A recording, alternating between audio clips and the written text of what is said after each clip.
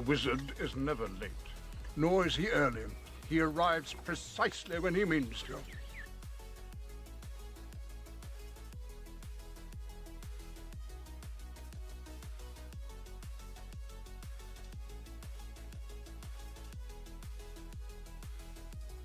One, She can't even read. 2.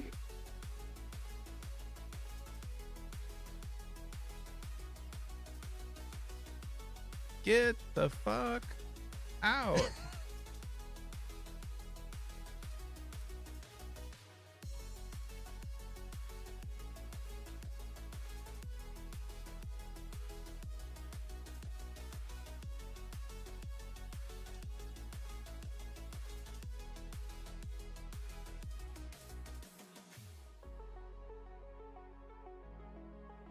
Buzz, your girlfriend. Woof.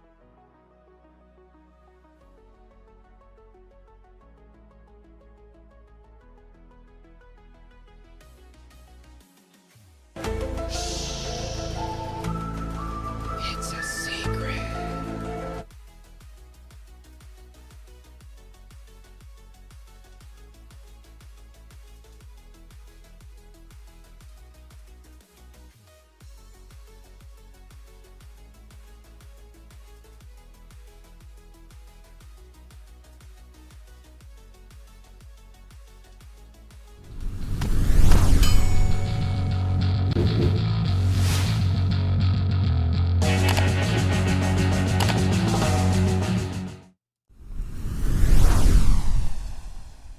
Ooh, welcome to the CommanderSmiths. Man, my voice almost went out there. We are the CommanderSmiths. I'm Adam Smith. And I'm Lowry Smith. Don't worry. We're cousins. We are cousins. And we are going to get kind of right into things because we had a big storm approaching. And Yes. especially my spot tends to lose power here and there when we get these storms. So we don't want to be in the middle of the cast and have this thing go down. So this is episode 385. We have a lot to talk about. So, Lowry, do you remember what ones we're going here? Yeah, Okay. yeah, maybe. I don't know. Okay, so we're going to get into the secret layer chaos drop that they just announced and started today. Adam has the numbers for you. We'll run through that really quick. And then we're going to end up doing our Urza's for life. Urza's tournament for life. basic lands and seeing where the next phase goes into that. And then we're going to do our Fave 5 cards from Edge of Eternity and our Fave 5 Legends of Edge of Eternity. And then if we have time, we'll talk about, Lowry did the pre-release at the end, and we had in real life games, and I will get this for Tad. we can talk some gameplay at the end, but we're going to try and get the meat and potatoes of this show in really quick before Adam's power goes out.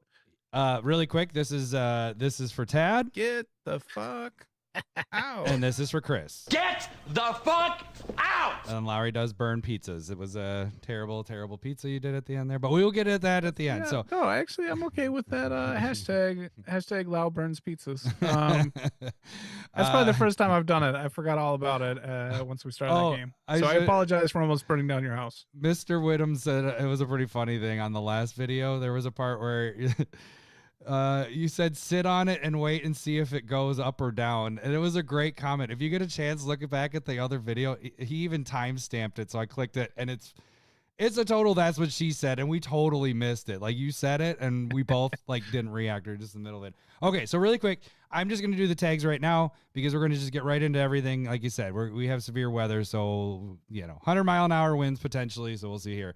Okay, so best way you guys can support us, you're watching this video right now. You click the video to watch it. Just hit that like button. That helps us out. And if you aren't subscribed to the channel, please do so, because the more the merrier. The more we give you guys good information. We do the secret layer stuff, which we're going to do now. And then we're going to go through the set review and we just do all kinds of bullshit. So the financial way to support us is become a patron. $1 gets you in the Discord. We do have a new patron. Oh, I almost forgot about that.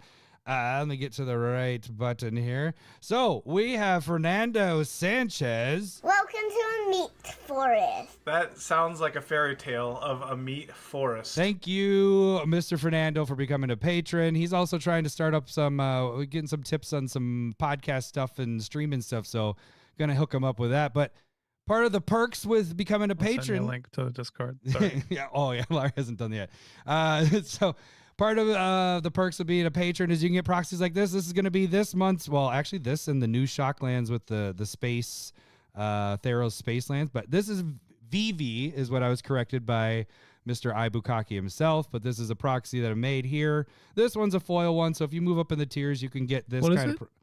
VV, and it's not Vivi. What were we calling it? Vivi? Vivi. That's what I was always calling it. So VV, I guess, is his name. This dude does some work. And Final Fantasy games. when Aren't they all like Mario? And then you read it. Wait, I don't know what you're talking about. I think I don't know how anybody knows how to say any of these names. I don't know. I guess that's how you're supposed to say it. I got corrected when we were playing games this weekend. Yeah, that's okay. But when Alright. when and if we get to the talking about gameplay stuff, I have some words for this one. This one just VV does some work. Like I put it in Storm and it did awesome. In Elsha does awesome. Like it's a great card. So anyway, so that's becoming a patron is the best way to support the CommanderSmiths. That's basically our Twitter. That's our X. That's our Blue Sky. That's the way you guys can chat with us. Besides YouTube, like if you just want to do it for free, just go to YouTube because we do respond and have conversations on YouTube, on videos and stuff like that. So that is another way. Another way you guys can support us is see we got these mugs here. You can check out our store. We do have the Yeti mugs that have the CommanderSmith logo on it. And right now I have a beer that actually is from Russ, who came up, a patron as well, came up and played this weekend. We shared some of this. Is a sour ale. It's called Whippet. Whippet? Is that right? Reading that right? Kid can't even read. I don't know. It's a sweet, like. That's very good. Yeah. It's pineapple. them are Yeah, they're very good. 8.9% alcohol. So I'm hoping to get my cold drunk so it doesn't just kill it with booze. So that's how that works. That's my goal. And then the last thing we got there, you can see, nope, I did the wrong, wait, nope, that way. There we go. We have a raffle going right now. So any monies, even if you just put $1, goes towards that raffle and you have a chance to win this scrub land. And you can see it on the picture there, but here's the actual scrub land. I'm going to take it out of the sleeve. So a dual land is potentially yours if you want to donate there. So once we hit that 325 mark, we will spin the wheel. Every dollar that you have put in is a chance for you that puts your name in once. So if you put for $5, you get your name in 5 times. So we've done this a couple times and had some pretty lucky people. So yeah, those are the ways you guys can support us. If you need to get a hold of us, you guys can message us on the Discord, or if you're not a patron, shoot us an email at commandersmiths@gmail.com. And no, we are not doing Stump tonight. There is just too much to do. So we are skipping that again. We'll probably get that in next week. We'll come back again with that. So that being said, let's get to, what are we doing here? We are doing Secret Lair. That's right. Let's get the Secret Lair little button going here. So here we go. Secret Lair. It's a secret. So we got a little bit of a surprise this morning where the Chaos Vault was opened, I guess. And we got 2 drops here. They're a little bit more, one of them, they did Galaxy foils here, so it's a little bit more expensive than the normal. Normally it already was. Yes. And now it's a little bit more expensive than again. Yeah. When we did the Galaxy foil normal.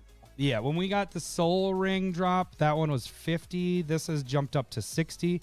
Now the good thing is they did keep the non-foils at 30, which is nice. I'm glad that they didn't pump that up because there is one of the drops, one of the 2 is really good. The other one's but one of them's really good. And then they did a little fun thing here too and this is very tempting. I don't know if you did this or not, but they have that you can get the bundle with the Commander deck. So it's very fitting, and actually it's kind of funny because some of the cards that are in this are ones that I said, for budget and Mr. Unlimited upgrades. So they kind of used some of the cards. They watched our show is what it was. That's what happens. And then they put it in. Take our ideas. Exactly.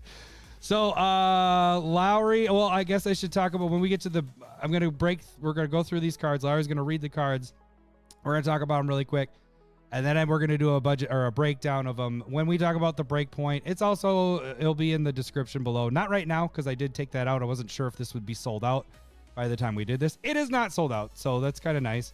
But Limit 5 per? Limit 5. Yep, 5 per. But when we talk about the breakpoint, if it's a breakpoint 2, what it means is, or let's do it, a normal number is a breakpoint 3. So if you buy 3 of these, you always want to keep one for your collection, one for yourself, and you can sell the others. If you sold the 2, it would cover that 1, so you get in the 1 for free. So that basically it's a profit from that point forward. So that's when we talk about the breakpoints. It will be in the description once we're done with the cast here. And then the last thing is when we talk about the pricing, the prices are going to tank. So a lot of these cards, you can get them for super cheap when people start getting them in hands. But typically when I'm giving you the prices here, it's how long it takes to mature is about 10 to 16 months. So you might be like, well, this is going to be cheap. Yes, it's going to be very cheap when people get it. But after some time, after about a year or so, the prices will come up as they get sold out and all that stuff. So, all right, Lowry, I did a lot of talking there. I'm sorry. I kind of took your part with some of that stuff. I guess because I'm like panicked. Not panicked. I'm like, I can hear the rain already starting above me. And I'm like, oh, shit. Okay, we got to get going here. So, right. I'm assuming that we're in the storm right now as well, or my wife keeps opening and closing the sliding door. I am unsure at this point. So this will be fun. All right, so we're just gonna we'll pull up the Galaxy foil stuff. Oh, that isn't as big as I'd want it there. That's what she said. Yes, well, I got or one. Me. I got it. But this is the Aliens yeah, Auroras. Yep, Alien Auroras Galaxy foils. Galaxy foil edition, and like we said, there's a $60 for the foil or Galaxy foil edition. You have Reprocess, which is a black sorcery, sacrifice any number of artifacts, creatures, or lands, draw that many cards. Solid. I mean, people like it. This is not a style of play I like, so this does not entice me at all. I did buy this, the 7th edition one with the white border, not that long ago, probably like 2 years ago, like for a purpose of a deck, and then I never put it in there. So I was like, why did I buy these? But yeah, so it only has one foil printing of that, but it's an old card, so we're not going to base it off of that. You have aggressive mining, which allows you to sacrifice a land to draw 2 cards. Only do it once per turn, but you can't play any more lands. Yeah, this one, I didn't even know about this card. And I don't even, because it's bad. I was going to say, I don't even know if I like this card because you can't play lands. Maybe it's a solid late game, or like if you're able to cast things for free. I mean, yeah, because even this deck is playing from your graveyard. You're playing the land, right? So you wouldn't be able to play the lands from your graveyard. So if you have no way to get rid of this, it could kind of suck. But all right, the next one. This one's Sylvan Safekeeper, which was in your deck ads from the last time, or when we talked about it. But sacrifice a land, target creature you control, gain Shroud until end of turn. Yep. It's a good card. Good, I guess. Yeah, I mean, it's a good free sack outlet. That was the point of what I was... Yeah, this is at least a good card. This is a questionably playable card. A lot of people do like it. It's definitely $5, $10, $15 at this point. Yeah. Kind of scales around. Again, I'm not sure if I would play it. You don't like sacrificing land because you love your lands. Yep, you love land. Obviously, and that's why Urza Saga sucks. Hey, that did bite me in my ass this weekend when destroyed all non-land permanents, and that is an enchantment, so it kind of destroyed me with that. So. It's a land though too, but I destroyed all enchantments. That's right. That's right. Yeah, that's right. Yeah, that's right. What did you play again? It was a Convoke for 10 and an Exile. Yeah. All artifacts, all enchantments, and all creatures that don't match a creature type that I convoked with it. Yeah.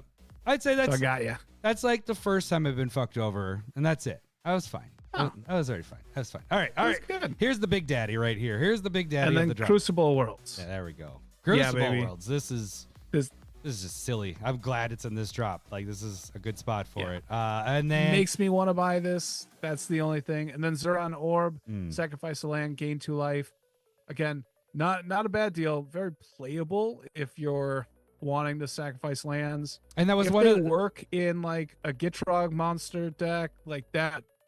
That's going to go there. Anything that really likes. And this precon. Like, I mean, this was one of my budget upgrades as well. And the Crucible Worlds was my Mr. Unlimited upgrade. So the last 3 cards were 3 cards that I was like, yeah, these should go in the deck. Did we mention that you can buy the precons, or was I not listening? No, I did say. Oh, I didn't say the price. So we can hit that up again at the end. But the price. Okay. Yeah, with the precons, you can get the bundle with this too. So we are assuming that this is just going to come with a zombie Right. secret card. When- It's not going to have anything crazy. That's what we're assuming, and the only reason we are assuming that is because all the other Chaos Vault stuff has not had, from my recollection, I've almost bought all of them except for the lands one.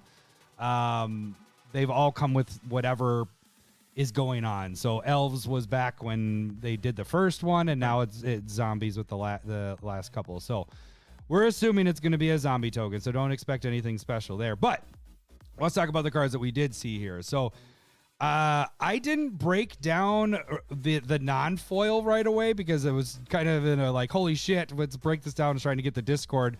That's another reason to join the Discord, because I did the numbers for the Discord before this drop came out. But anyways, non-foil, the lowest you can get Crucible Worlds is $30. So the non-foil side of things. Can you move back to Crucible World, please? Oh yeah, we get back there. Put it Just on there. There we go. so I can Someone, read it. oh, you want to read? Okay, Larry's gonna study Crucible Worlds. So somebody adding Crucible World to Stump the Smith, like Mr. Whittam says there. All right. So that being said, Crucible Worlds is a $30 card at the cheapest version, the most basic version of Crucible Worlds. So if you're looking at the non-foil side of things, that one card pays for that entire drop.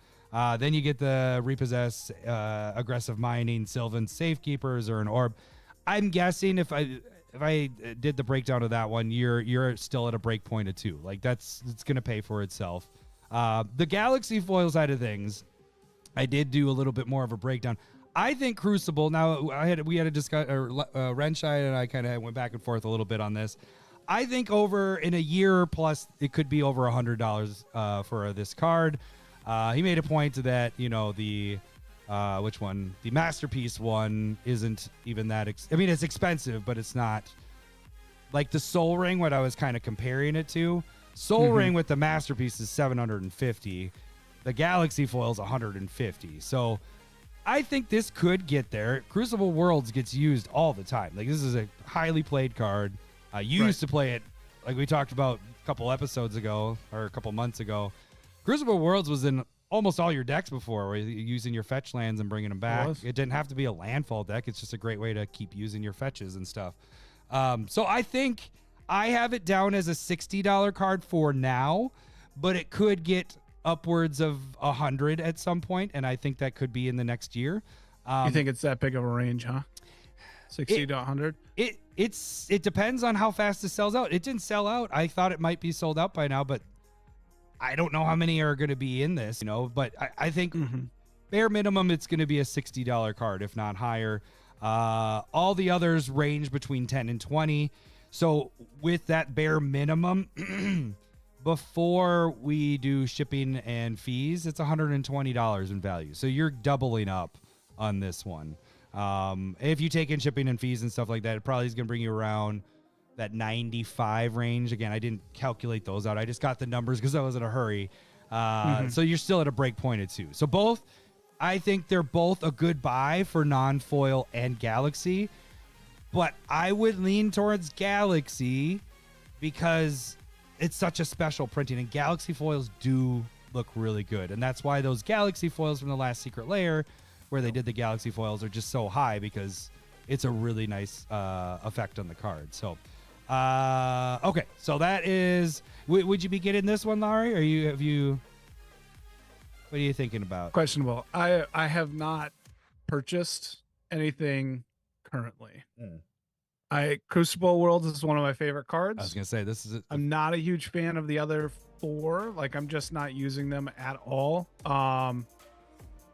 Yeah, I can agree. I would use, because I want to build this deck. This one I was very close to buying the bundle with the deck, but I still wanted to go with singles with this.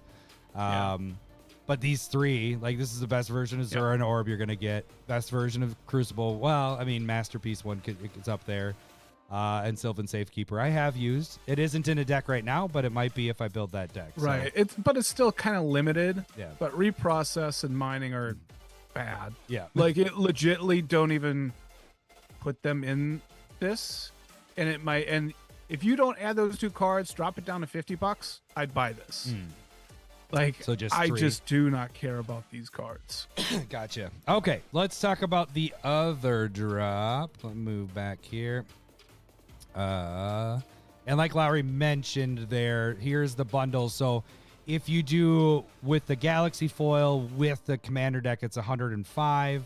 If you do it without or not in Galaxy foil, it's $75. So that is that. Let's pull up the... This one is the Deathburger Galaxy Foil Edition. And let's get these up here. And so you have Aethersworn Canonist. Get out of here, RoboCop. Hell yeah, Urza's for life, buddy. But this one's pretty cool. sorry. It's, again, I think if you're very artifact-based, solid card to have in there as a commander player. Goblin Engineer, that one, that's a great card. You know, going and putting an artifact in the graveyard from your deck and then potentially bringing it back. Great. Then you have Dance of the Manse. I laughed at this when it was spoiled when we talking dance. about it. It was so hard. Yeah, we did. Still haven't played it. Yeah. I think it's solid. Yeah. No, I I dig kind of it. forget about it. Yeah, I know. It hasn't been in a single deck of mine. Arcbound Ravager. We've Great had sack outlet for artifacts. Yeah, and we've had this as a secret layer, so we have a good comparison for this one. Yeah, that's a good point. And then the last one, Boundary Inspector, lowering the cost of artifacts by 1. But this is a cheap card. right? So we have. You really is Ravager the best card out of this? Engineer is probably the best one. Goblin Engineer. Yeah. I agree. So non-foil side of things, we're only at a value of 35. So there isn't much there for value-wise. Okay. And on Galaxy foil side of things, that brings us up to 88. So that's still good value, but we're more at like a break point of 3. So it'll take you 3 of these to get up there. Now, I will say Goblin Engineer is used a lot. The version I picked this one. The highest Goblin Engineer is a retro foil Goblin Engineer, and that's a $28 card. So that's what I put this at. I think this could go higher with the Goblin Engineer because I think this would be the premium version. I would take this over a retro foil of this. So I think 88's a good spot, but I think it's a breakpoint 3, which is still not bad. It's still not bad, but compared to the other one, which was 120, this one's lacking a little bit. And I would not go non-foil in this one because you're just not getting the value. Agreed. Well, and here's I'm agreeing with you here, but these are much more playable cards, especially in artifact decks, and almost everybody should have an artifact deck. So I would at least play with these cards. I'm much more likely to buy this deck. Right, because it has the other one has, like you said, the 2 garbage cards that you're not going to play, but it does have 3 cards that, you know, 1 card for sure that you would play that's one of your favorites, and then 2 that you wouldn't play, but I've played in certain decks. And all that. If there's a deck of sacrificing land, those would go in it. Yeah, for but sure. it's not. It doesn't happen for me a whole ton. I think I had a Windgrace, or did you have the Windgrace deck, or no? I didn't. Windgrace. You had maybe Lord I thought about it real hard. I don't know. You thought about. I get it. hard sometimes. Yeah, but good for you. But this is at least playable for me, and it doesn't have the big card like Crucible, but it has a lot of cards that are in that mid range that are playable and that I like. So that being said, though, these are playable. The other one is playable, has one that's extremely playable that you like. I had a hair in my eyes. That's what I was messing with my eye for the last 2 minutes. Which one would you buy? Like, if you're going to pick one, which one do you think's the better drop? As far as take it all in, again, money wise. If I have to choose one, it's probably just Crucible. Yeah. But if that's the only one that I'm going to get, I should be able to get it for less than 60. Right, when people get it in their hands. Yep. I'm okay buying that card for 30-40 bucks. Yeah. Right off the bat. And if that it could be cheaper, probably it won't be. But he spilled his stain all over the carpet. Oh no, Mr. Whittam. Spill his stair stain all over You know, not me. I'll tell you this. What gets stain out of carpet, and I did this. It was sitting on my old house carpet, had spots of stain on it. You use WD-40 and spray it, and then use a rag, and it will get stain out of carpet. Just a little tip. Anyways. Crazy. The Crucible. I will say this though.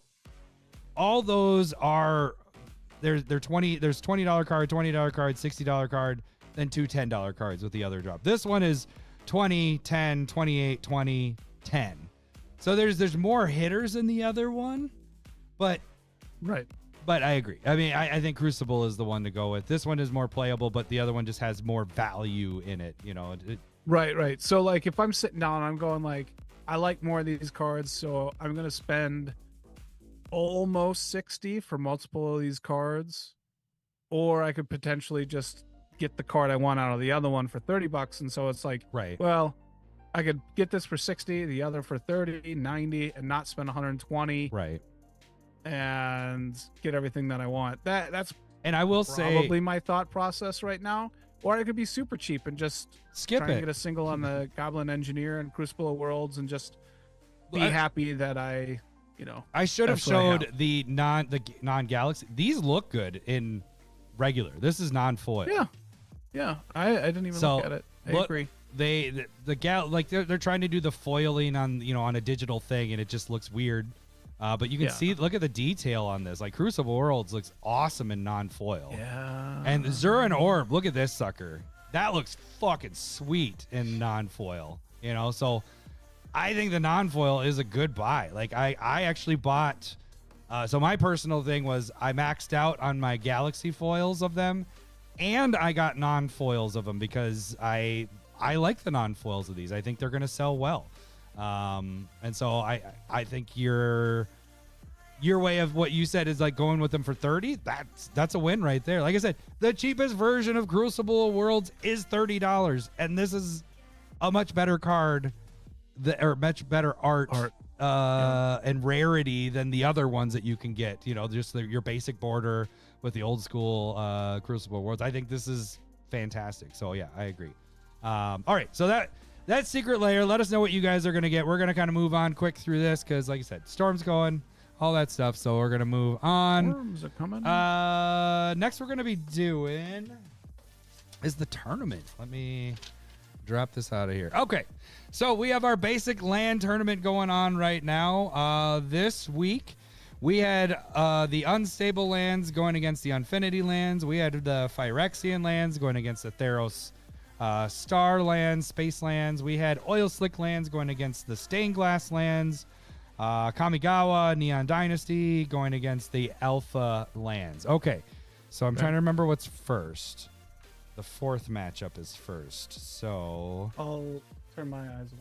Oh yeah, let me scroll down a second. Okay, it's okay. All right, so the first matchup is the Phyrexian lands going against the Theros lands. Where do you think that first one went? These are both mine, so whatever one of them's getting into the semifinals. Oh, okay, so not the Phyrexian Inc., just the ones that I kind of consider the banner, or the Theros lands. Yeah. Theros lands are way up there for me, so I hope that one wins.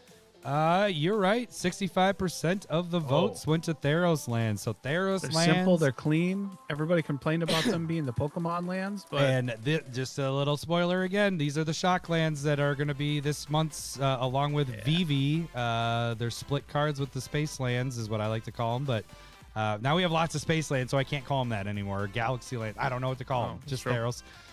So that moves on to the semifinals. Then we had Kamigawa, Neon Dynasty going against the Alpha Land. So both yours. So you also have one going to the finals as well. But which one made it?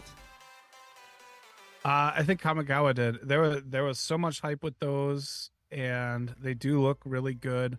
I don't like all of the versions, but everyone had like a good one that was I liked with it, Yep. Yeah, I agree with that. So going that route. This was the biggest blowout of the tournament for this round, and it did. It went to Kamigawa Land, 73% of the votes. So that moves on. Now we have your number one pick, the second overall pick, Oil Slick Lands, going against the Stained Glass Lands. I'll tell you this, the closest voting was the number one and the number two overall pick. So this matchup and the next matchup are our closest ones of the week. Ooh. I mean, obviously, I hope that it's the ink, Phyrexian ink, because that's probably my favorite kind. It's ridiculous. The oil slick ones. It's the only problem I see it being is the same thing with the Dragon Eyes being expensive, and so people just didn't care to go get basic lands that were expensive, and that's the way that it backfires. But they're gorgeous. Well, you lost your number one overall pick. 56% of the votes went to the Dominaria Stained Glass Land. So Lowry's, you said last week this one's gonna win it all. Well, Stained Glass Lands just took it out. So matchup on that side is one of my cards against your card. So my Stained Glass against your Neon Dynasty. We'll talk about that matchup in a second. Let's get to happy about this. The number one overall pick, my number one pick. It is the Unstable Lands going against another one of my picks. What was it? Ninth overall pick, Infinity Lands. Again, this one's close. I'll tell you that. So which one moved on? I think I can never really remember the whatever they're called, but Unstable. Yeah, the oil slicks are so agreed.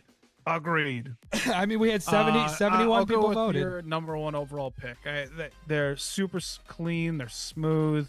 They are fullest of the arts. They're gorgeous. So I can easily see that one winning. Yeah, I would have been upset, but it won 61% of the votes, took down the Infinity Planet Lands. So, all right, so here's the matchups. This is the semifinals. We will have the Unstable Lands going against the Theros Space Lands. So these guys right here. Where do you think that one shakes out with those? The Space Lands did pretty well through its rounds. It went 65% there, and the first week it won 72%, so pretty high in the winning percentage there. I think it's going to be close. 55-45, not sure who's going to win. Way to take a stand there, Lowry. Yeah. Well, okay, here, if I'm going to say that, like, being expensive, like, holds you back, like, I'm going to go with Theros. Foils are easier to get a hold of than the unlands in foil. Correct. I don't even have the unlands in foil. I was just like, I thought I had one or two, but I don't. Like, those were super rare. Like, they're like $50 to $70 a piece. So, and so if I'm going to be picking, they're $70 a piece. Yeah. What'd you just say? Yeah, they're $70 a piece. 50 to 70. It depends on which one. Like, if you go for, I believe the last time I looked, Island was like $70 for one foil island. Yeah, thanks, Anthony. Look, I would rather, how about this? I wish you could change it a little bit. Foil Theros Space Lands versus regular unlands. If we don't do the foils, then yeah, if we do, then I think the unland wins. Right. If you're, but it's just so much easier to get the foils of the Theros lands. Yeah, I think that wins. I think people get to play with that more. You took a stand, and I'm proud of you, buddy. I am. You called me out. I'm proud of you, buddy. All right, so now we have your only one that's left on the other side of the bracket, the Neon Dynasty. There we go, Neon Dynasty right here. Kamigawa Lands going against the Stained Glass Lands, which is also one that we used for. What did I use that for? The Battle Bond Lands, I think is. I never use these. It sucks that I made these proxies. It took so much time, and now I don't use the Battle Bond Lands anymore. But these by themselves, I do use these in a lot of decks. So I use both of these. I use the Kamigawa, and I use the Dominaria Stained Glass one. So which one do you think moves on to the finals between? I mean, you're going to say yours. I think Kamigawa moves on to the finals because I'm, it's me. manifesting positive things about my picks. Yeah. I think you're going to be surprised. I think the Stained Glass moves. Stop. You're lying to yourself if that's what you want. I love the stained glass. Ibukaki, get Mr. out Hockey here. has a really great point. No, Stained glass are just bad Theros lands. Yeah, that's exactly right. Get out of here. Well, that'd be awesome if it was stained glass against Theros lands. No, I'd be upset because then my Infinity is all gone. So I want Infinity to get there. So, all right. So the voting will start tomorrow, Tuesday. We'll have the first matchup go, and on Wednesday the second matchup will be up there. So make sure you guys get out there and vote. All right. Hey, we made it through 2 segments without losing power. Let's see if we can get this Fave 5 commanders and cards going here. So, Larry, why don't you start us off? What are we gonna do first? Do you want commanders or do you want cards overall? So if you guys don't know the Fave 5, how we do it, this just makes it also easier for ourselves because we used to try to plan stuff way ahead of time and go through this. It would take hours and all that stuff. So Lowry's choosing 5. I'm choosing 5. I don't know what his 5 are. He doesn't know what my 5 are. We can steal. Oh, Lowry's listening for something. What's going on? You got some storms that rolling in there? I think I can hear some gusty winds out there. It's because your top of your house is gone is what's happening. It'd be funny if all of a sudden you just see your whole family crowds into your little studio because you're in the basement. Right. Getting down. I mean, it wouldn't be funny. I told him to come down if it gets dangerous. Very possible. Mr. Whittam said this is the first time he's seen Ibukaki's name. Always thought it was Ibukaki, like how you spell the naughty. Come on, that's gross. The naughty version. All right. So what do you got, Laura? What are we gonna do first? Cards or commanders? Fave 5 cards or commanders? Let's just go commanders because that's potentially shorter. Okay. All right. So why don't you start us off? What is going to be your first overall pick? I'll go with the one that I'm definitely building. Ragost, Ragost, comma. OST. It's a red and a white for 2/2. It's the lobster. Lobster. It's food, but artifacts you can control are foods in addition to their other types. I got it bigger for you. That's what she said. Oh, I guess I could read it off yours. All right, artifacts you control are food in addition to their other types and have 2 stack and gain 3 life. And then you can pay 1, tap it, sack a food. Ragost deals 3 damage to each opponent. And at the beginning of each end step, if you gain life this turn, untap Ragost. This seems and fun. So 2/2 Lobster Citizen. I don't know why you would. But actually, I think anything that's dealing with food kind of ends up being a citizen. Oh, really? Now I'm thinking about it. What's Frodo and Sam? They aren't citizens. They're citizens potentially. That'd be interesting if they did that on purpose. Maybe. Yeah, well, because I'm just thinking about that, like, that food guy that, like, sacrifice an artifact, or it's like a dockside chef or something. Treebeard can't be a citizen, and that's a food one, right? Oh, man, it's a rumbling out there. Yeah, you hear it, too. We're an hour apart. Oh, it's crazy. Crazy storms here, man. Okay, so like really what I'm looking to do is I want to gain some life, sacrifice some artifacts, and deal some damage to everybody. You know, try and get value off of it, ETBing and dying, and then probably get some life link on Ragost and gaining 9 life a turn, and then also just try and have some, you know, little gain lives every, you know, for little things that happen. Yeah, it's at the end of coming to play, artifacts dying, yada yada. Yeah, at the end of each end step, which is nice. You know, it doesn't make it so it's broken, so you can just keep going, untap, tap, tap, tap. You know, just win out. But it makes it a little bit of a more tricky way to do it. But I like this. I put it as mine, but I knew I put Lowry next to it, so I knew I wasn't going to get it. I had trouble with the legendaries in this because there wasn't a lot of them. You know, and it's weird going from Final Fantasy where it's like there's hundreds of legendary stuff.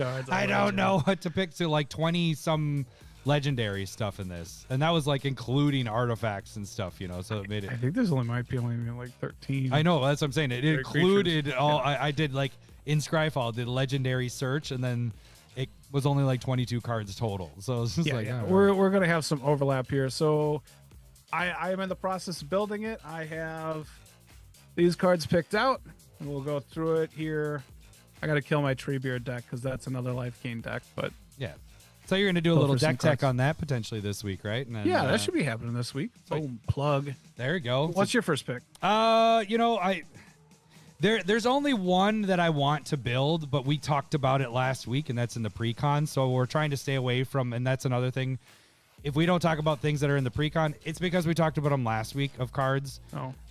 So you guys can jump over to that if you wanted to look at I think that. they're saying that we forgot to say what the set we're reviewing here. Edge of Eternities. Ixalan, Ikoria. Yeah, sorry. Edge of Eternity. Sorry. Yeah. Yeah, it's Edge of Eternities. So it's in the title. It's in the thumbnail. It's in the title. All right. Okay. So I'm just gonna pick one that I think is a good card, and it's kind of like a mini Urza Lord High Artificer in a way. I think this one's gonna get used quite a bit, but it's the Bop dude. No, it's Phenomena. The right hand. This is 3 colors, 2 blue. It is a Jellyfish Advisor, 3/4 flying. You may look at the top card of your library anytime. You may cast artifact spells from the top of your library. And artifacts you control have tap, add 1 blue, spend this mana to cast spells from anywhere other than your hand. So you can cast your commands or your commander from the command zone and the cards off the top of your library. Like you're like, oh, that sucks because I can't cast stuff from my hand. But you're playing off the top of your library. This is such a great card. Adding that to your artifacts, and that includes, like we've talked about, with Lord High Artificer, Mr. Urza. Yeah. You can tap your equipment. You can tap any artifacts that aren't mana stuff. You can tap them for mana, and it's just fantastic. So this is just another one that does it. So if you have this as your commander, I wouldn't do this as a commander necessarily. You could, for sure, but I don't like the mono colors. So, but if you did, Right. I mean, Lord tapping artifacts for mana is great. Like, this is... But you got to figure out how to play from the top of your deck for the most part yeah. to make this really good. If you do build it as a commander, I mean, Lord High is going to be in it, and if you're building Lord High, this is now going to be in it. You know, I think they're interchangeable. They'll both be in each other's decks because they do very similar things. You know. Yeah, but this one you got there is the stipulation you can't use that mana unless it has to come from somewhere other than your hand. Right. So casting from your graveyard, like I can see this being really good in your shoot. There's a blue Merfolk. When it comes into play, mill 4 cards and you can cast artifacts from your graveyard. So when you're casting artifacts from your graveyard, at the top of Lurker in the deck, from Lock, exile. Lurker in the Lock, is that the one you're talking about? Yeah, Emery. There we Emery go. Lurker in the Lock. Yeah. This could be really good in there. Yeah.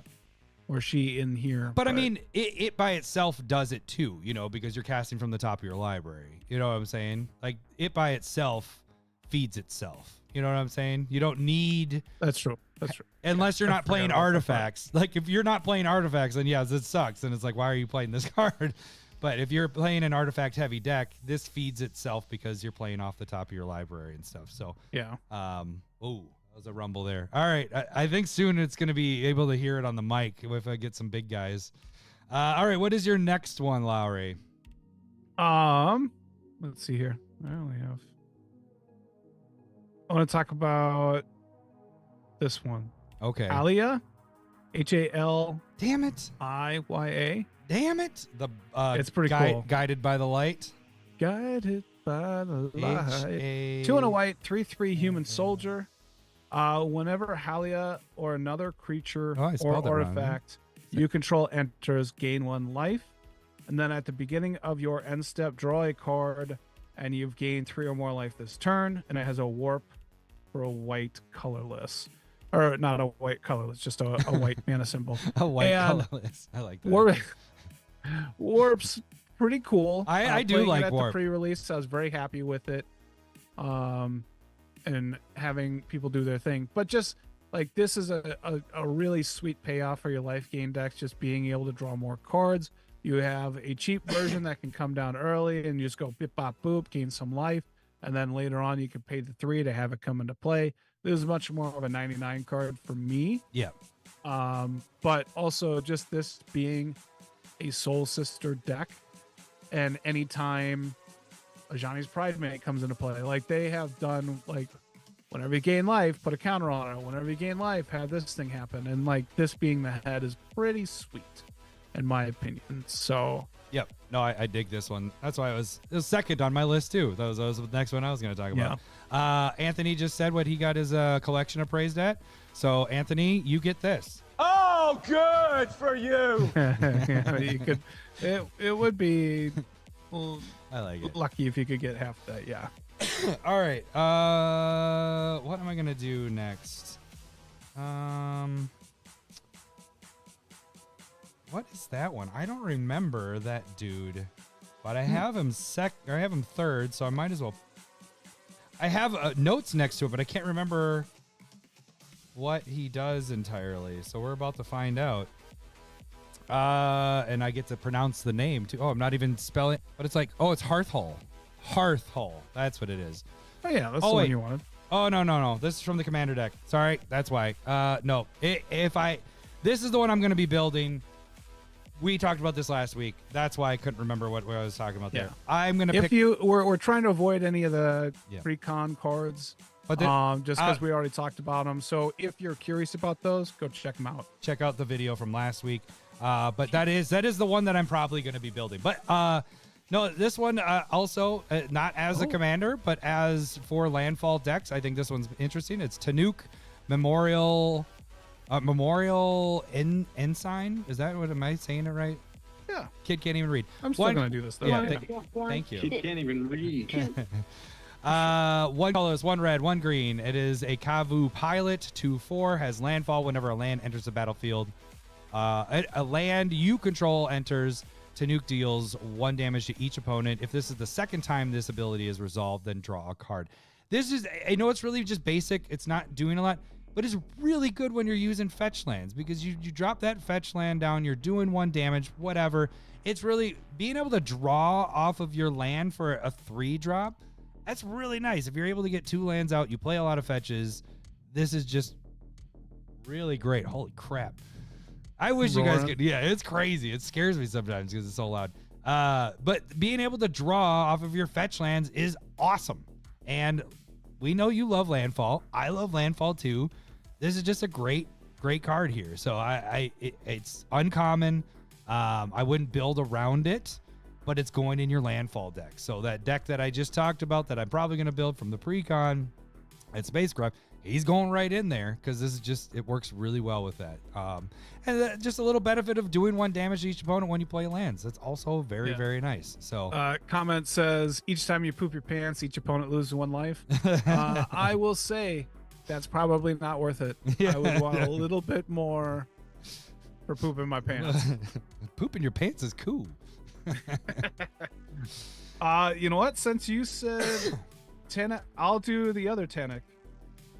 Oh, damn it. Then I'm going to be that's the ones on my list too. Yep, I'm going to be short. Yep. All right. We're going to be, all right. So.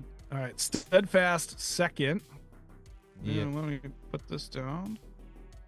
I got you. There he is. It's up. All right. 2 and 2 red, 3/5 Kavu pilot. Other creatures you control have haste. Artifact cards and red creature cards in your hand have warp. 2 and a red. I like that a lot. Like I said, it's red. This is really, really cool. It is very cool. Warp is, especially when your cards have haste. There's a dragon in the set. I was at pre-release, and they go turn 3, drop the dragon, deal the damage to something, attack for 4, and then at the end of the turn, it's exiled. 2 turns later, it comes into play, deals another damage to something, attacks me for 4. I'm like, holy shit! And so if you just and this gives everything haste. So if you have, it's just like ETB.deck, put it into play. I didn't even think of that because, yeah, if you add the warp to it and you don't give them haste, you could just be playing things for warp and then they don't do anything because you got to sacrifice them or exile them. That's a great point that this feeds to that. I just was like, oh, that's a great bonus to have the haste. But yeah, that's a really good point. And sorry I interrupted right in the middle of that.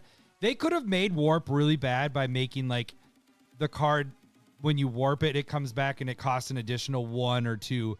I think the fact that they you're always going to want to cast almost the warp side first, get the warp out because you get it for cheap and you still get the card, and it's in exile, so no one's going to be touching that. So then you can cast it later game stuff. You know, I think I really like Warp, and I hope that's something that kind of continues into more and more sets. Right, and that's a big thing about like Warp at the pre-release, because it's basically just card advantage. It's play it super cheap, have some sort of ETB. A lot of them do have ETB. Some people just played them and tapped them for the station, and then they exiled because, you know, like they're great at sorcery speed things, but as long as it doesn't die, it gets exiled. You can play it later. Like you start running out of cards if you just need that effect. It's like a second hand a little bit. So Warp was really cool. I really do like it. Yep. So that was, so I only have one more card unless I talk about the commander that I just showed a little bit. Let's see. I guess I'll get that one. It is Dawnsire, I think is what I got. Let me just make sure. Oh, because it's a spacecraft, so it can be your commander. Yes. So they did make that rule with this set that legendary artifacts, if it's a spacecraft, it can be your commander. So this is Dawnsire, Sunstar, Dreadnought for 5 colorless. Is a legendary artifact spacecraft. It's a station. The +10 is whenever you attack, Dawnsire deals 100 damage to up to 1 target creature or planeswalker. So hopefully you have like a Brash Taunter in play, or maybe a Stuffy Doll, and just annihilate a player. The +10 isn't going to be terribly tough to do, but then the +20 is it gains flying and it turns into a 20/20. So I just think this one's cool. Not as a commander. Oh, so all you have to do is get to 10, and then if you attack with anything, it deals 100 damage. Yeah. Okay. Yeah. So that's I had thought that had to attack, and I was like, what the fuck are we doing here? Yeah. No, because that would suck, because you get that, and then it's like, well, now I got to get to 20. What do you mean that would suck? This is pretty crazy though too. Well, no, and I'm saying like, if you like, it wouldn't make sense, because then it can't attack until it gets to 20. So it's like you really got to do right. Yeah. So it could be the other way around. Yeah, exactly. But okay, so what do we do? Also, it's one away from just commander damaging somebody. Right. If you do it as your commander, Yeah. But that 100 damage is, I mean, the goal would be drop this, tap, put 10 on it, attack with just something, and kill somebody. But you have to do it to a creature or a planeswalker. So there is a hoop. Okay. So that's why not that bad. That's So why Stuffy Doll? That's why I said Stuffy Doll and Brash Taunter, because then you do it Good to thing those. I was paying attention to what you're saying. Hey, it's I like the completely it's missed like, everything. It's like the back in the old days when I we don't did like it in any of this now person. again. Back to Gladys, not on my list. Oh, nice. Back to the good old days when I would say something and then you would say it the exact same thing afterwards, because you're just All right, Lowry, I have 3 there. Can you get a 4th one? I don't think I can get a 5th one unless I talk about that commander. I'm on my last one. I'm gonna go Sammy, Sami, 4 colorless, red and white. All right. No. Well, That's that's Final Fantasy. I just clicked because you said 4 colors, red, and green. My head saw. I saw the first things that you said there, and then I was like, oh wait, no, Not that's that not one it either. Yeah, that one. Where's the good Sammy? There he is. That one. She is. 4 colorless, a red and a white, 4/4 human artificial rogue, double strike vigilance. Spells you cast have affinity for artifacts. Mycosynth Golem is 11 affinity for artifacts, and artifacts have affinity for artifacts, and that was like $20 card for a while until it got reprinted on the list or something. And this is 6 mana, definitely in red and white, but this is a really sweet card. Yeah, I agree. What RoboCop said, that the only thing is, and I think that's why I didn't get it on my list, is the 6 CMC is a little tough, but I think not as a commander, probably not, other than like you just drop your hand essentially. Yeah. And then you're probably trying to work your way through it, but not having blue hurts you on drawing a bunch of your cards. But you fit this into basically any red-white deck that has any sort of artifact theme, treasures, clues. My Zerta deck has a bunch of activated abilities. Like, it tends to already have a lot of artifacts in it, and you have this in the 99. It's a cost reducer for all of your spells by 3 or 4, easy. and then you're just going to play out your hand. Yeah. That's what you're going to do there as well. So I think this is better than Mycosynth Golem. The only problem is it's not colorless. Right. And being red-white fits you in there, but this could end up being one of the best ramp cards in red-white decks, like, in my opinion. Yeah, I can see that. The only other one I had was the Hearth Hall, the World Seed. So that was that Commander one. So I'm not going to bring that up. So you have no more. So we don't have a 10. We have a... I'm done. 1, 2, 3, 4, 5, 6, 7. Top 7, because we have repeats. But there just wasn't that many legendaries in this. And if we include the Commander deck, then we'd have a couple more. But we talked about those already. So. And like you were interested in the red, green, black station, and I'm interested also in the red, white, blue tapping proliferate artifact, which will be type thing. So those are kind of the two that we're not talking about, but are interested in it. And this card right here would fit right in there, Mr. Sammy or Mrs. Sammy. I don't know which one it is, but it would fit right in there with that deck that you're talking about. You gonna put it in there? This is artifacts, right? I don't know. I don't have any of the cards yet. All right. We'll see. I'm slow. All right, let's get to the Fave 5 actual cards. Yes. I guess I'll start since you started that last one. I'll get the easy one out of the way. Let's get Tezzeret out of here. We need to talk about it because it is very good. Tezzeret, what is it? Cruel Summer Captain. All right, so Tezzeret, Cruel Captain, 3 colorless for a Tezzeret Planeswalker. It has 4 loyalty when it enters. When an artifact you control enters, put a loyalty counter on Tezzeret. The 0, untap target artifact creature or artifact or creature. If it's an artifact creature, put a 1 counter on it. -3, search your library for an artifact card with mana value 1 or less. So we got another Urza's Saga type of card. Reveal it and put it into your hand and shuffle. -7, you get the emblem with at the beginning of combat on your turn, put 3/1/1 counters on target artifact you control. If it's not a creature, it becomes a 0/0 robot artifact creature. This is just great with the I like it's whenever an artifact you control enters, so it's not a cast trigger. This can really pump up there. I will say that the ultimate isn't very game winning, but this just does work. You're able to search your library for stuff. You're able to pump your artifact creatures up or your artifacts up. It just goes in your artifact decks. I mean, that's why this is the most expensive card in there. If you have an artifact deck, if you're playing a lot of artifacts, this has to go in there. So it wouldn't be in my Akiri deck because it's treasure based, but anything else that's my artifact deck, I guess. So I don't have a spot for this at this time, but you do have some artifacts. I mean, would this fit in your artifact type decks that you have? I like this a lot more than Urza Saga for sure. If that was the question, right? Get the fuck out, Lowry. Get the fuck out. This feels like old Tezzeret in a new form in a much more efficient way. So like the first Tezzeret is like go search for something of 4 or less, depending on how many loyalty you want to remove. Essentially, you can untap an artifact. Like all of this just has that feel, even though it's doing very different things. And that one's just overcosted because they're putting planeswalkers at that mid-range level, and now they have found that like people just need it to be more powerful to kind of play with them. And we might talk about that in the future. But Tezzeret is in that realm. Very cool card, and it's aiming to be more powerful.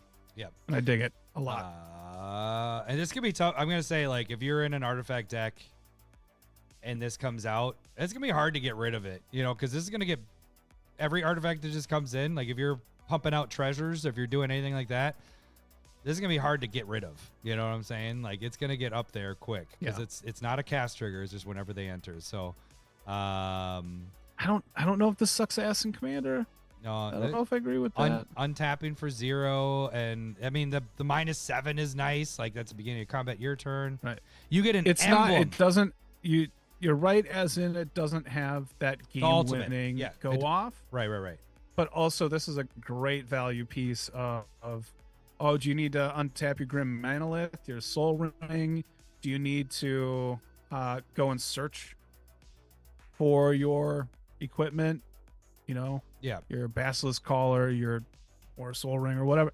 So it's just, it does a lot of stuff that's really good. And my argument always with the Urza Saga is I will only play Urza Saga if I have 3 or 4 1-drop or less artifacts, and which typically that's why it always makes it into decks, because I normally have like the Sensei's Top, the Soul Ring, Shadow Sphere.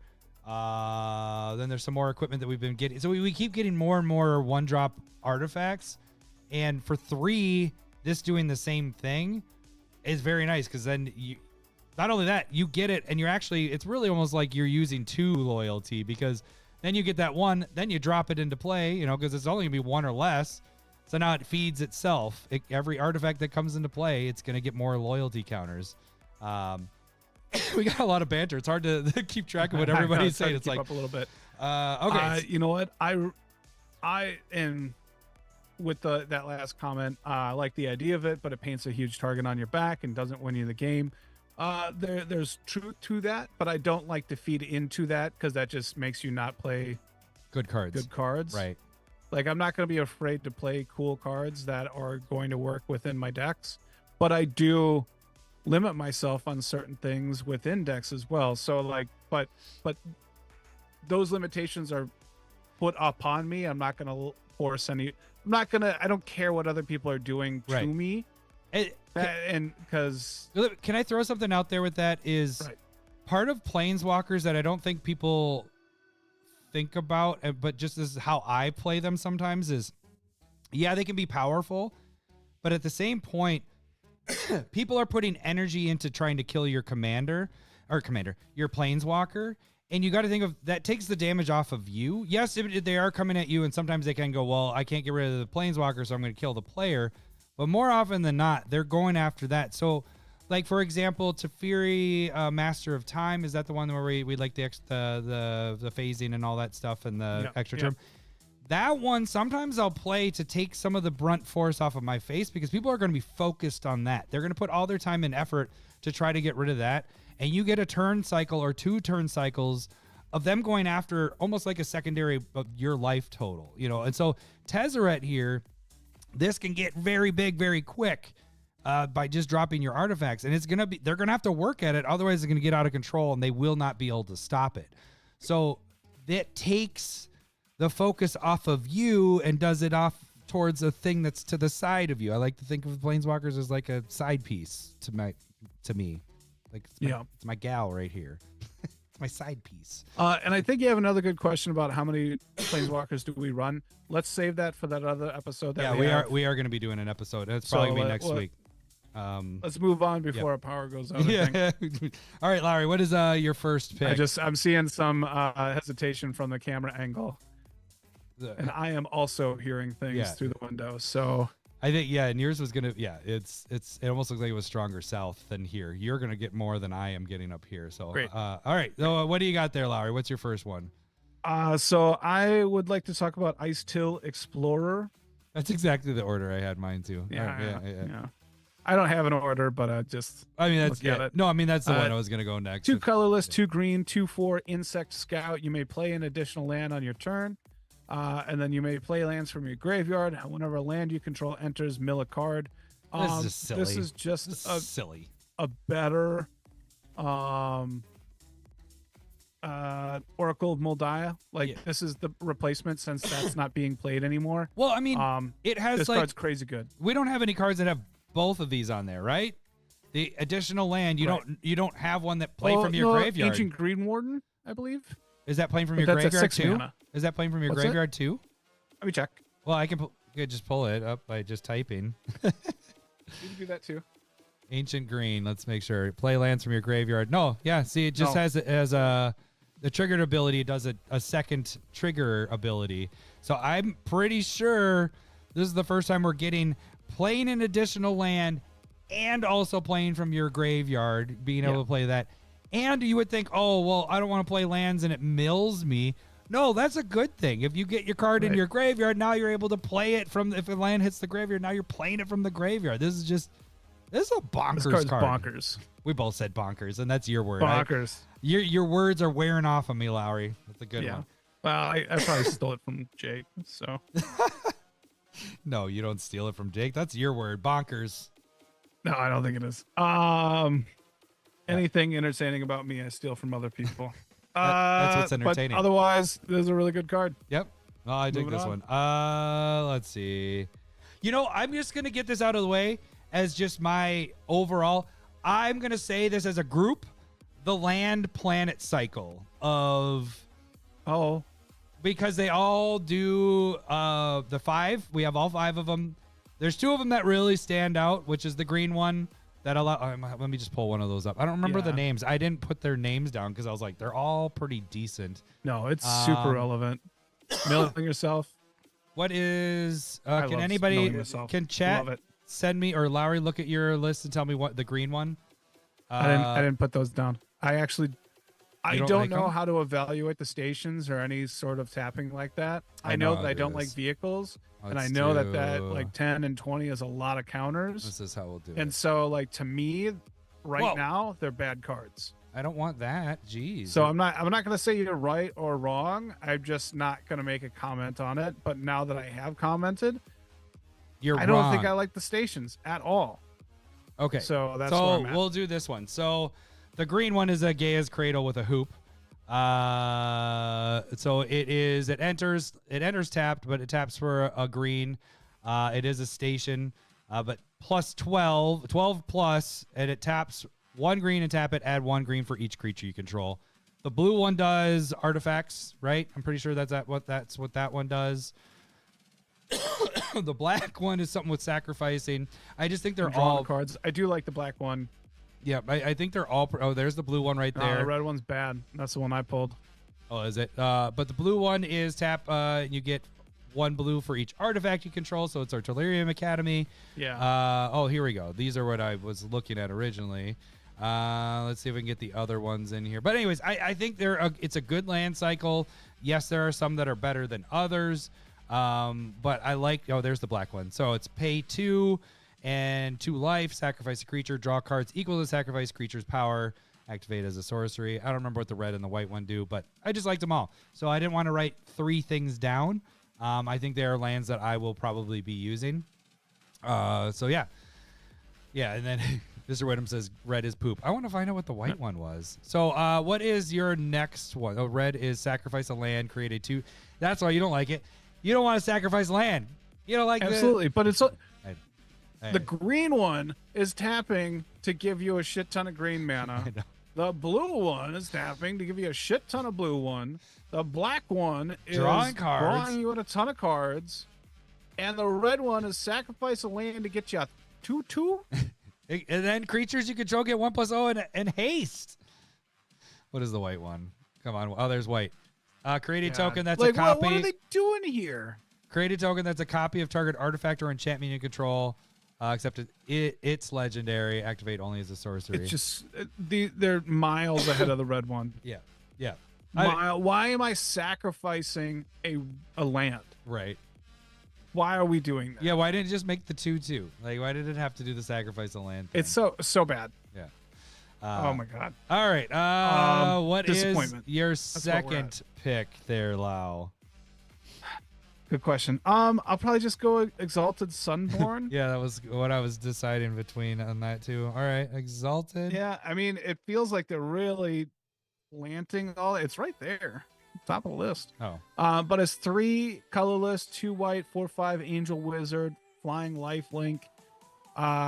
If one or more tokens would be created under your control, twice that many of those tokens are created instead. I like that it doesn't have to be a creature, so it can be anything. This also has warp 1 and a white. So it's just a token doubler. It doesn't have to be creatures. It can be any type of token. It comes down early if you can do a couple of things, and then it can, come down later. Like I said, I really like that warp ability. Yep. And And so, like, and we know that token doublers are really good. They're really putting a lot of them in, in these decks the last couple times, or in these sets the last couple we got times. Elspeth on the last one, and now we have Then you had the tripler back in Phyrexia a year and a half ago, or I guess that was 2-ish years ago at this point. But so they're kind of pushing that deal. And Mondrak right around that time too. Yep. So there's a lot going on there, but I do like these token doubler effects. They're really good. So make sure you get them. Sorry, mouthful of beer there. All right. Lucky. The next one that I'm going to talk about, we're just kind of going down the list, but it's Ouroboros. Ouroboros. 2 colors, 2 green. Plant worm at the beginning of your combat on your turn. Put a X11 counters on each creature you control, where X is this creature's power. So if you don't get rid of this card, it's just doubling up basically every turn, and all your creatures are doubling up. So it's gonna get a 1/1 counter. Everything's gonna get a 1/1 counter. The next turn it's gonna get 2 1/1 counters. Then it's gonna get 4. And then it's gonna 8. This is just, you got to get rid of it. If you don't get rid of this, it's gonna go bananas. So it does. It's pretty basic, straightforward, but it's a problem. If you don't, this comes out, you need to deal with it. And the cool thing is, you're gonna get it that first turn. So at the beginning of your combat on your turn, so you play it that turn, everything's getting a 1/1 counter, including this. So almost right away, unless you play it in your second main phase, that's silly if you do that unless you drew it during your attack or something like that. You should play this on your main phase, get that bump, and then your next turn, it's just gonna go bananas. So there's not much more to say with this. It's just good. It's not fitting in. I mean, it's obviously going to 1/1 counter decks. Like, it might go into my what is the deck? My Merfolk deck. I'm brain farting right now, but my blue Explorer Merfolk. Oh, Hackball. Thank you. So that's where this one might find a home. But yeah, I definitely dig this one. You don't need it in there. No, I know. But yeah, if we get to the pre-release stories, I got one with this one that I pulled this, and it's awesome at the seal. Good for you. Yeah, baby. But it's really good. Yeah, I think Shalayan Halar is gonna really like this. I would have put this in my Treebeard deck if I wasn't taken apart. And I will say the other thing is, it doesn't need to be in a 1/1 counter deck. It could just be in a deck that you have a lot of creatures, and they're just getting bigger. Like honestly, if you just have like equipment in there that boost your creatures, you throw that over there, and the first time you're doing 1 plus whatever boost you're doing, and give all your creatures +3/+3 right away. Yeah. The next time it's 6. It just happens a lot quicker. Oh shit! This is gonna be good in Black Panther. Holy balls! It's gonna be good in Black Panther. Yeah, that's a closeout one there. Yeah. That's a better one. You don't need help in that one, but yeah. But I mean, just think of that. You tap the 3, move all the counters to this before your attack phase, and now all your creatures gain, not just him getting the 9. Like, if I move 5 counters over, now all my creatures get 6/6. Like, it's pretty insane. Yeah, this one's gonna be fun. Yeah. Alana and Elena. Yep. All right, Larry, what is your next one? I'll pour my beer after you. Good question. I'm going to go with Anti-Casual Vistage. Oh, I don't have that one. This is the first one that is not on my list. This is the only Eldrazi that I like. Oh, okay. Oh, that did I not? Casual? Did I not spell it right? Is it Anti-Casual? No, it's not. I spelled what you said. I spelled Phenomena. How do you spell it? Anti-causal. There we go. Anti-cause. C-A-U-S-A-L. I spelled casual. I was like, hold on. I was too. Give me a second. Yeah, that was all right. 6 colorless mana, 7/5 Eldrazi. Whenever this creature leaves the battlefield, draw a card. Then you may put a permanent card with mana value less than or equal to the number of lands you control from your hand into the battlefield tapped. And it has Ward 4. This is cheating stuff into for free. This is a great blinking card. It just has to leave the battlefield. It's reanimating. or like if you can reanimate it, if you're blanking it, if you're just any sort of sack outlet on it, it's colorless, so it can go in any and all decks. Like this doubles up in your Tacit deck, and the nice thing is that you don't even need the blink part. It feeds itself too. The warp, like the warp does it right there, so it's like put out a 7/5, exile it away, put something into play for free. At least 4 mana. Yeah. Or 4 land, maybe. Meh. But it's this is a really, really cool card. I'm excited to play around with it. I got a couple at least sacrifice decks that I could like it in. Yeah. Like I can see this being cool in my Celeste deck, the Ruin Knight from Final Fantasy. Like that's a reanimation deck that likes sacrificing and bringing stuff back. Like I can see it being kind of cool in there and moving the deck along. I like that it draws you a card too. Right. So that you're not just running out of stuff. Oh, I didn't even catch that. Yeah, it's draw and then do that. Yeah, that's really nice. Yeah. So it's pretty cool in that regard. And it doesn't have to be like a cast trigger. Right. I just think it's a cool one. Well, and the other thing is like, is there any time? I mean, there's very, very small percentage of the time you're not going to cast it for the warp because it does it right away. Like you do the warp first, and then you do the other part later. Like this one's for sure you're doing the warp right away. So I like this one. When it got spoiled, this one got spoiled a long time. It was one of the first ones spoiled. It was like, oh shit, is this going to be all excuse me, all Eldrazi's? And then this was like the only one. And then same thing, we got one sliver thing that's in this. And it's like, are we getting slivers? Nope, just that one thing to feed some of the sliver stuff. I dig this one. Good pickup there. What do I want to do next? I have that. Fail. I think what I'm gonna do. I mean, I have this as my next one down, so I don't remember exactly. I have my notes on what it is. Everything that's on this. It says. Oh no, I don't want that one. It is the Terra Symbiosis is the one I was gonna do here. Oh yeah, that one is pretty cool. Okay, Terra Symbiosis, 2 colors, 1 green enchantment. Whenever you put 1 or more 1/1 counters on a creature you control, you may draw that many cards. Didn't you get this one in your pre-release too, or something like that? I did. Yeah. So I had this with your Aurora Void. Oh, good. Thank you. You can only do this once each turn. But this is awesome, and where decks, this one you're more so putting in a 1/1 counter deck where you're putting not just one counter. You want to be able to be dumping 1/1 counters, so X 1/1 counters, or putting a few at a time. This one's fantastic, is drawing all those cards, and it's once each turn. So if you can do it on other people's turns, you're also drawing there. So it's not just only do it on your turn. I think this one's really good. I like this one a lot. You did work with it in the pre-release, right? I think you said. Yep, I had. Yeah. It did work for me. It almost killed me. Oh yeah, that's right. Yeah, we'll talk about that in a little bit. But yeah, so I like this one a lot. I think this one's gonna be great. For 3 too. Like that seems like this should be. It's gonna be used a ton. Yeah, it feels like it should be a 4 CMC, but for 3, this feels perfect. I like it. So all right, Larry, what is your next one? I'm gonna go with Umbral Caller Zealot. Yep, that one's on my list too. I like that one. Yeah, sweet. Yep. I like this a lot better than Yep, it's taking the place of whatchamacallit, nuts, where it's this scry. Don't even remember the card's name anymore. 1 in a black human cleric. It's a 3/2. Sacrifice another creature or artifact. Surveil 1.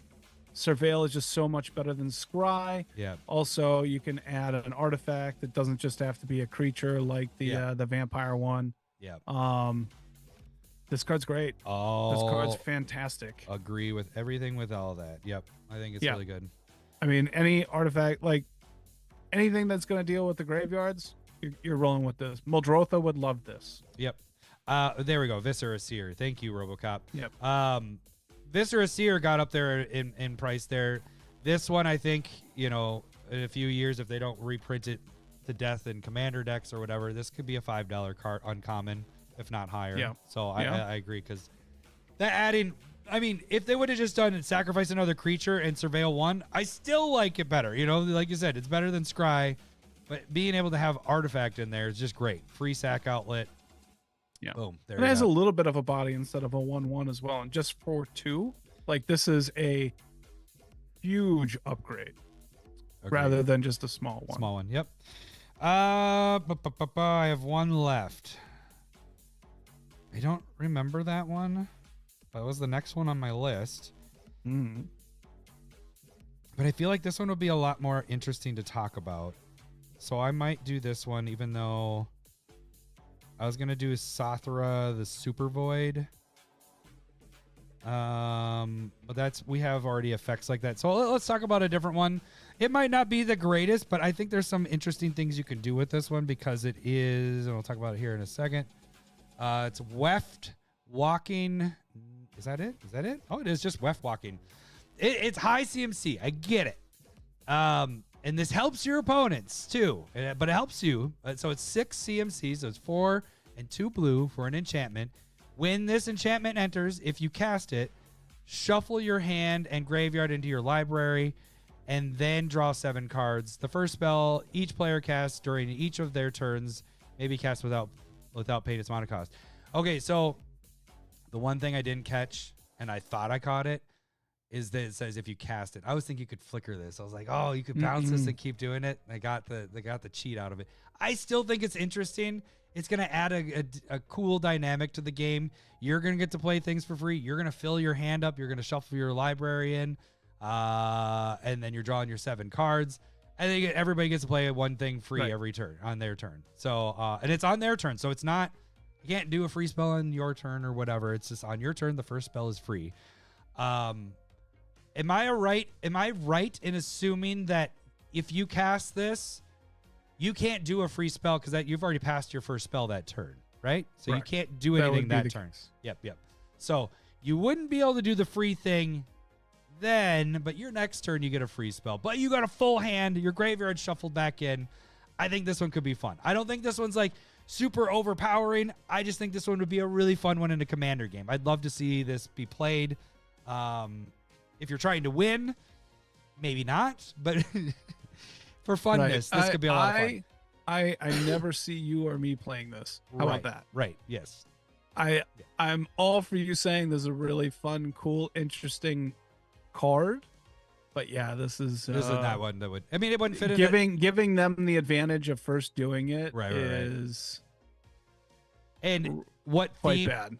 We're so thematic with our decks. What theme would this fit in for any of our decks? You know what I'm saying? It's the ones where you want somebody else to win. Unless it's like a Nekasar where it really depends on your draw, because you are drawing 7, so you're getting another effect with it. But that is a 6-drop, draw 7 card, so it gets a little tough there.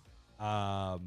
But yeah, so I think this was fun. I know it's not necessarily good, but it's my 5th pick, so lay off me. I'm starving. All right, Larry, what is your last pick? There's a couple of fun ones here, but I think I'm going to go with... this one was fun. No. Well, maybe. I'm going to reread this one. So you get the benefit of looking at your phone while you're doing it, so you can make sure that you read the entire card. Okay. Let's go loading zone. I am just surprised that this is barely. No. I don't want that. Never mind. Okay. Let's go with a station because I already. Oh, are you gonna do it? Are you gonna do it? No, I don't know. The elevator? Which one are you thinking? The elevator? What? How did you know I'd pick that one? Because that's on my list too. Okay. That was the Eternity Elevator. I actually like that. That was my last one on my list, but all right. I like this one, and I was like. The reason why I'm excited about it is like there's no way Lowry's gonna pick this one, so this one's totally mine. So I'm impressed that you picked this one. Right, I am too, especially when I was just talking shit about it. Yeah. Okay, 5 mana artifact spacecraft. It taps to add 3 colorless mana. I mean, we have station. We have rocks that do this that are used often, but this has the bonus of go ahead, Lowry, read the rest of the cards. Sorry, you interrupted there. So the station 20+, tap, add X mana of any one color, where X is the number of charge counters on the Eternity Elevator. So it has at least so 20. it just can level up to 20 plus mana. It's insane. It's insane because we have Right? all those. We have those mono rocks that are 5 drops that give you 3 or whatever. Like, and they're used. I don't use them. You don't use them, but they're used. The fact that it has this, when you level up to that 20, it's at least 20. You're getting 20 mana off of this. I like least. this. Yeah. I'm very happy you picked this because I didn't think you would. In my head, I was like, this is 20 does seem like a lot, though. I'm gonna say that. Yeah. It's a lot, especially because it like has to be sorcery speed. If you could station at instant speed, like leave up your blockers and then do it at end of turn, like yeah. I'd be a lot happier. Yeah. But it's not. They'd be a little bit more broken because it's just like wait till your end of your like about to say go tap everything. All right, now I just got it, but I get it. Yeah, it would make these a lot better. I don't know if that's more broken, but more playable. Right. How about that? Yeah, I think 10 and 20 is a lot to essentially say I'm not going to attack, I'm not going to block, I'm going to put these counters into this thing that won't do anything right away. So that's just a huge commitment in my opinion. Yeah, I get it. But no, we have mono rocks that are this, and this just has an added bonus to it. So I'm glad you picked that. All right. So yeah, Anthony said, and that's why you don't make the cards because we would make them ridiculous. That's a good point. We wouldn't have power creep. We'd have there'd be no creeping We just about have it. good cards. It would just be power. Next set, even more power. All right, we want to hear what your guys' your top 5 commanders, your top 5 cards in the set. Let us know in the comments. I'd like to see what you guys all think about that. I think the commander ones are going to be interesting because there just wasn't a lot of selection. So I just want to know, don't do your 5. I just want to hear if you're going to build anything from this set. Really, for me, the only thing that stands out is the station one from the pre-con. That I'd build. The other ones would be 99. I think you're in the same boat. Like, oh no, you have 2 commanders. You might do the lobster, and then the one from the pre-con potentially, right? But you're for sure doing the lobster one. You're thinking? I'm doing the lobster one at least. Yeah, for a little bit. So, we're not done yet. We want to just do a really quick, since we didn't lose power, and I think I haven't heard lightning or heard thunder in a you can't hear lightning. So I think we're good you here. Can. That's what thunder is. Thunder and the lightning. So Lowry, you did. Let's get to a different, more sensual setting here, or it's just me and you and no music in the background and no cards. And I'm just gonna lean back with my beer in my hand. You did a pre-release. The set you did 2 in a row. You did Final Fantasy, and now you have done Edge of Eternities. You got it in on Friday, and then you played pre-release. Yeah, Friday night. You didn't catch my sex joke there, so we'll just keep going there. I said you got it in on Friday. I don't get sex at all. So I said you got it in on Friday, and then you went and played pre-release. So all right. Anyways, get it. There we go. I was working all day. That's what you call it. Yeah, the pre-release was a lot of fun. I actually really enjoyed the gameplay of Edge of Eternities when it came to a pre-release and sealed event. The games were quite grindy. Everybody kind of had a really good big board state. I think they did a really good job with warp. Stations weren't too big. Like it didn't go too crazy. I went with green-white counters, 1/1 counters, because I got Terra's Symbiosis, and I got the Ouroboros. Oh, good for you. They're both super sweet. Always stump the spawn. No sex, only stump. But like, so I'll just tell in the first game, I just kind of did well. It was a literal kid. He was probably in high school or something, and so we just kind of talked and played some games. Second one, our first game went for 30 minutes. And then our next game went for 15, and we were literally out of time. And it was just like, okay, let's play quick. And I was able to win within like 6 minutes. Holy shit. You must have We were just playing fast and everything was working. I just got lucky, and so we did it. And then the next one, we ran out of time after 2 games. So this was the third round. We got 2 games in, and So what'd you do with the third game? Did you win both of them? Did you win both of those, or did it split? Well, no, I didn't. I lost one and won one. Okay, so a split. Won and lost one. But the last one had the most interesting kind of game that was happening, and so I had Ouroboros out, and I was down to like 7, and I had one other creature, and I ended up getting my and Terra Symbiosis out, so I draw a card, then I draw 2 cards, and then I draw 4 cards. 4 cards, yeah. Then I draw 8 cards.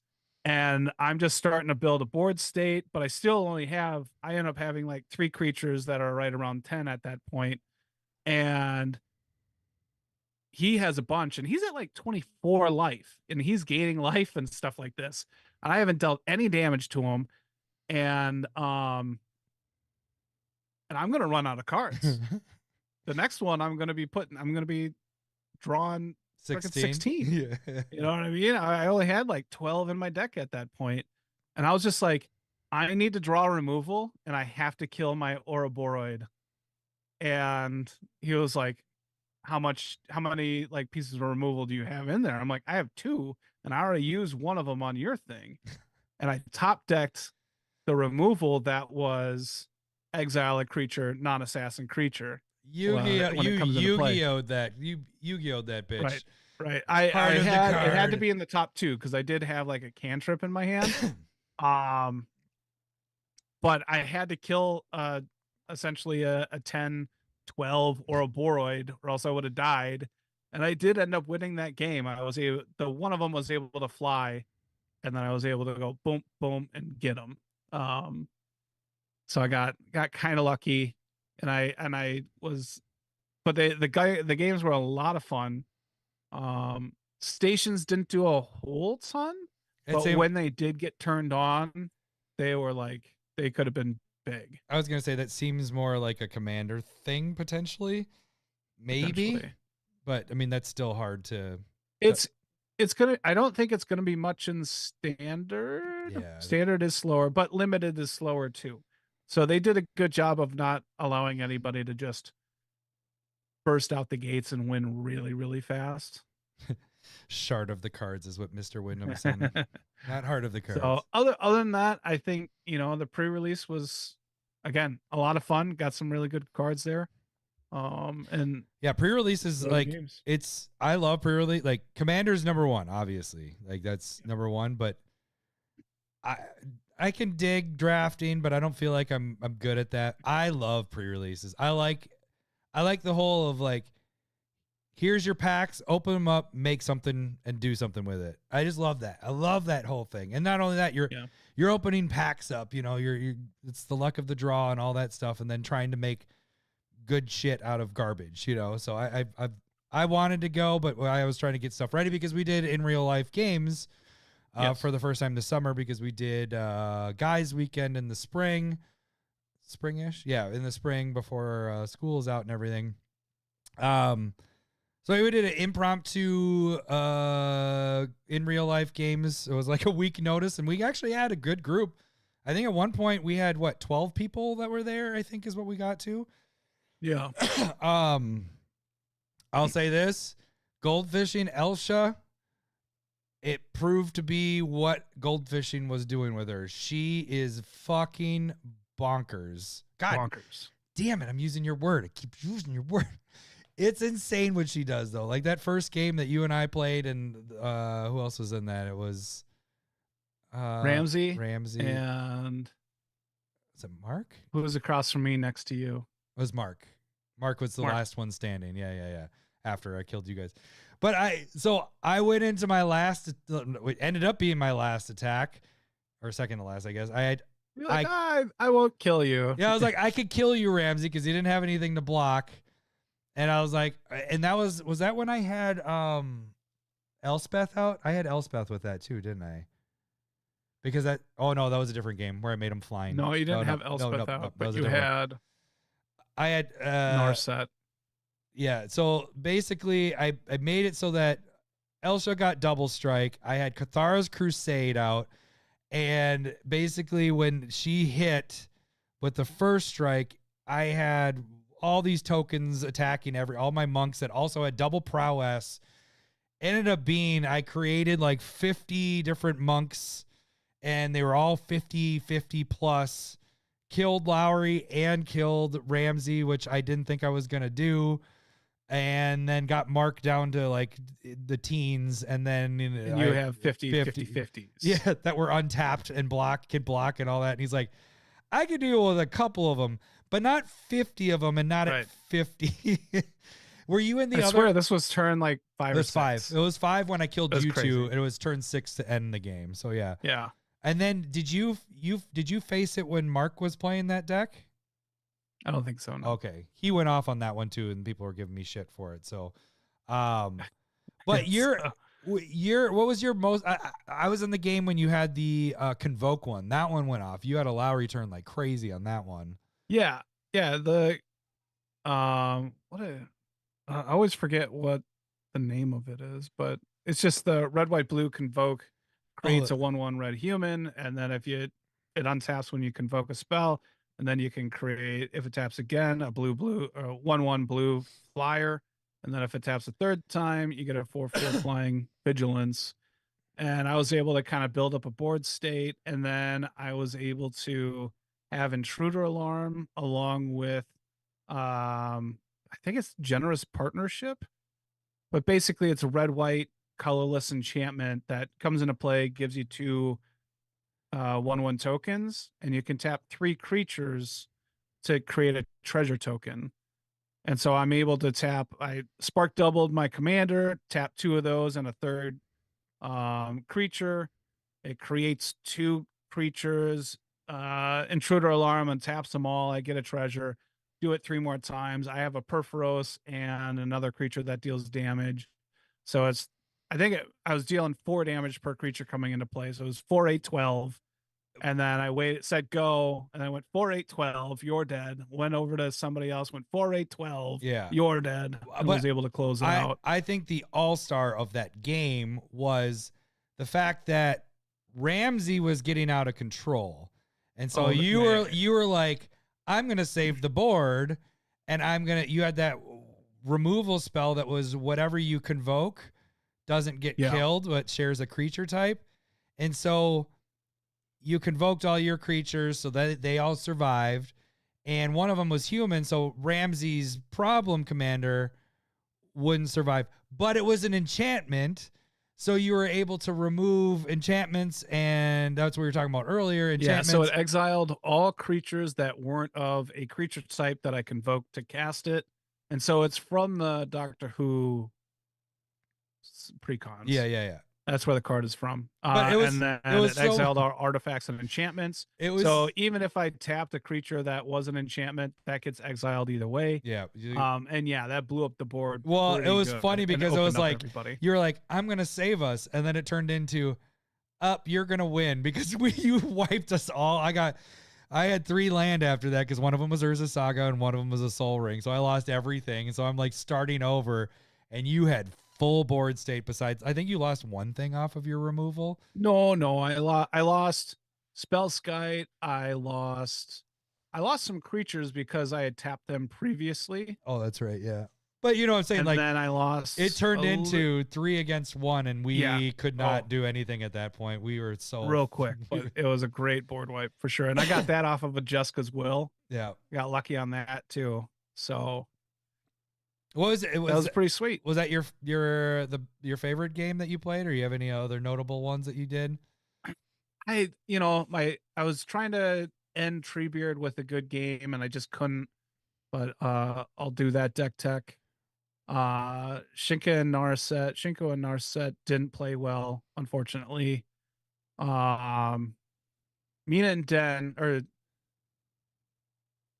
that game was just crazy though. The one where you and Ramsey, that was stupid. You were up over 200 life, and he was dealing 50 damage a turn, but you're gaining all that life off of it. Like I ended up I was in there, but not on that level. It was when the final turn happened and he did the over the top thing.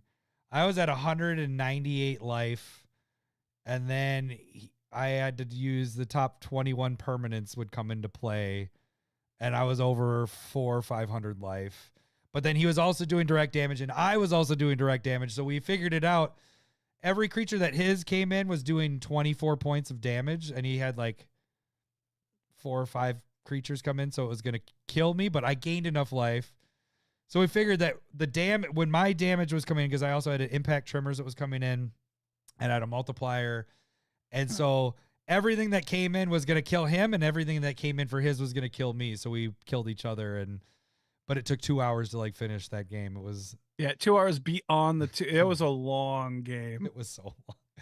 I wasn't annoyed, but I was a little bit, because I for a little bit I thought you guys had this planned out that every about 2 or 3 minutes a different person would come in and go, "Are you still playing that game?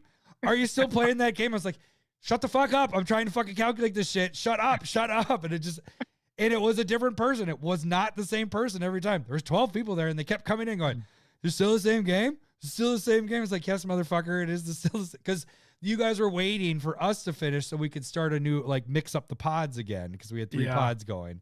So I get it, but I thought you guys were doing it on purpose, and I was like, "You motherfuckers, I fucking hate all of you." It was 2 hours beyond. It was its own game. It was ridiculous. So I would say the one thing that was interesting for the night is when's the last time we've seen a tie game? Like, it doesn't happen often. We had 3 that night. Yeah. 3 tie games. 2 of them were Ramsey included. Yes. And one of them, it might be his fault. It might be Ramsey that does it. Might just be a way to end the game. Yeah. Like, okay, I don't need to win. I just don't need you to win. Yeah, exactly. So yeah, it was fun. I was glad we got that in, because summer just gets busy and all that stuff. It was hard to get the games in. So, all right, we're pushing it. We made it. We got it, guys. We got it done with the storms. Thank you guys all for being on. Thank you guys for chiming in with everything there. We're gonna end this one here. Next week we'll have I think as long as nothing pops up, we'll have an interesting topic about planeswalkers. We'll probably talk about. So, sure. Make sure you guys check out Lowry's Spotlight deck, where he's going to go over Treebeard before he kills that deck, because he's going to make the new Lobster Dude. So check that out this week when he goes live. So that's a big reason to subscribe, and make sure you have that bell on, because when Lowry goes live, you'll get a notification. And the only way you're going to know that is if you're in the Discord, or you do the bell notification, because Lowry will post in the Discord. So become a patron, just like our buddy. Oh shit! I threw my notebook on the ground. Fernando. All right, gang. That should do it for this week. We will catch you guys next week. Thanks for listening. See ya. Bye. See ya. I love boobs. I'm talking tatas. I love boobs. I'm bonkers for honkers. Thanks, Anthony. Love boobs. Thanks for the memories. I love boobs.